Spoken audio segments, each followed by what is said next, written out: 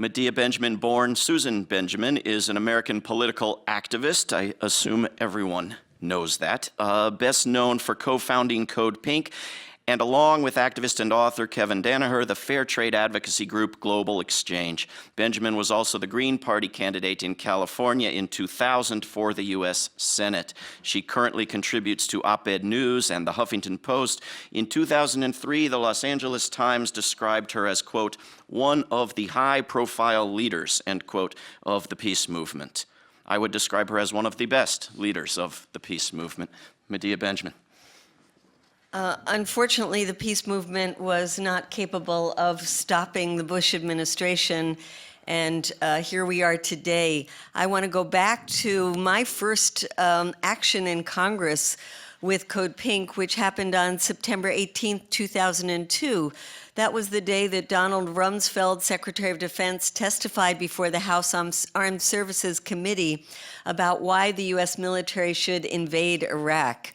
He accused Saddam Hussein of having weapons of mass destruction. He talked about an imminent September 11th style attack perpetrated by Saddam Hussein, and said that Saddam Hussein was a global threat.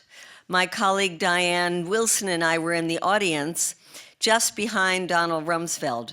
It was the first time we had ever attended a congressional hearing. Shaking, I got up and belted out, Mr. Rumsfeld, we need weapons inspections, not war. Why are you obstructing the inspections? Isn't this really about oil? How many civilians will be killed? How many Iraqis will be killed? We unfurled banners that said UN inspections, not US war. And we repeated that chant over and over and over again until the police came to forcibly remove us. Once we're out of the room, Rumsfeld joked about us. And then he said, of course, the country that threw the inspectors out was not the United States. It was not the United Nations. It was Iraq that threw the inspectors out. That too was a lie. Iraq did not expel the inspectors. In December 1998, the inspectors themselves withdrew for their own safety in anticipation of a US-British bombing campaign. In February 2003, we decided as CODEPINK to travel to Iraq in a delegation. This was happening just weeks before the US decided to invade. One of the reasons we went is that we wanted to speak to the inspectors ourselves and see what they thought. We met with them and they told us that there were no weapons of mass destruction. They said that even if there were, the presence of so many inspectors would make it impossible for any weapons to be used. 2 weeks after we returned on March 7th, the International Atomic Energy Agency, known as the IAEA, and the US Special Commission on Iraq reported to the UN Security Council. Based on more than 100 visits to suspect sites and private interviews, they concluded, al-Baradei concluded that they had found to date no evidence or plausible indication of the revival of a nuclear weapons program in Iraq. The Bush administration dismissed the inspectors' findings because their conclusions contradicted those of the US government. The next day, George Bush went on the radio to address the American people, arguing the inspections team did not need any more time because Saddam Hussein was still refusing to disarm, and the rest is history. Iraq posed absolutely no threat to the United States, but the American people, traumatized by the 9/11 attack, were easily duped by the Bush administration's propaganda. Americans were victims of an elaborate public relations campaign barraged every day with distortions, deception, and lies. By the start of the war, 66% of Americans mistakenly thought that Saddam Hussein was behind the 9/11 attacks. 79% thought he was close to having a nuclear program, weapons. Of course, Saddam Hussein had nothing to do with 9/11, had no nuclear weapons, and had no functioning chemical or biological weapons by that time.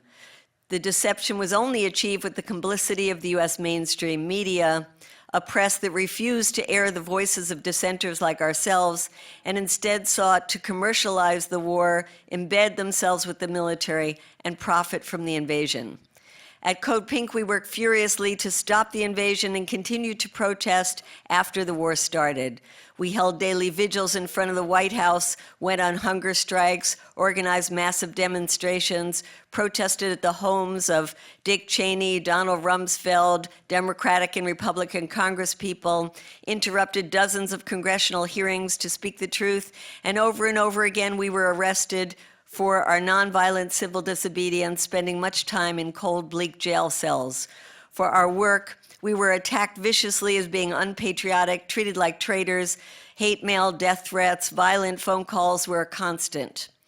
Speaking at the Heritage Foundation in 2007, when the war had already been dragging on for 5 devastating years, President George Bush told Congress that they should spend more time listening to the military commanders on the ground in Iraq and less time, quote, responding to the demands of Code Pink protesters.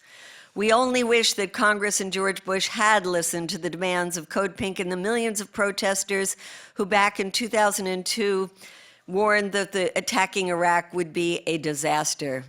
There's no decision more grave than taking your nation to war. There's nothing more criminal than basing that war on lies. And there's nothing more derelict than failing to prosecute those responsible for taking us to war on the basis of lies. And that is where we stand today. In the face of the Bush administration's colossal deceptions, Barack Obama, even before he officially took office in 2009, said, we need to look forward as opposed to looking backwards. In other words, we should ignore this unconscionable invasion. The fact that no one was held accountable means that today many of the same architects of the Iraq War, from General David Petraeus to John Bolton, are flocking to join the Trump administration. These hawks have their eye on the next target, Iran. That's why the Code Pink Tribunal, with all of these testimonies about the lives and costs of the war, is so critical, because as history has shown, those who failed to learn from the past are condemned to repeat it. Thank you.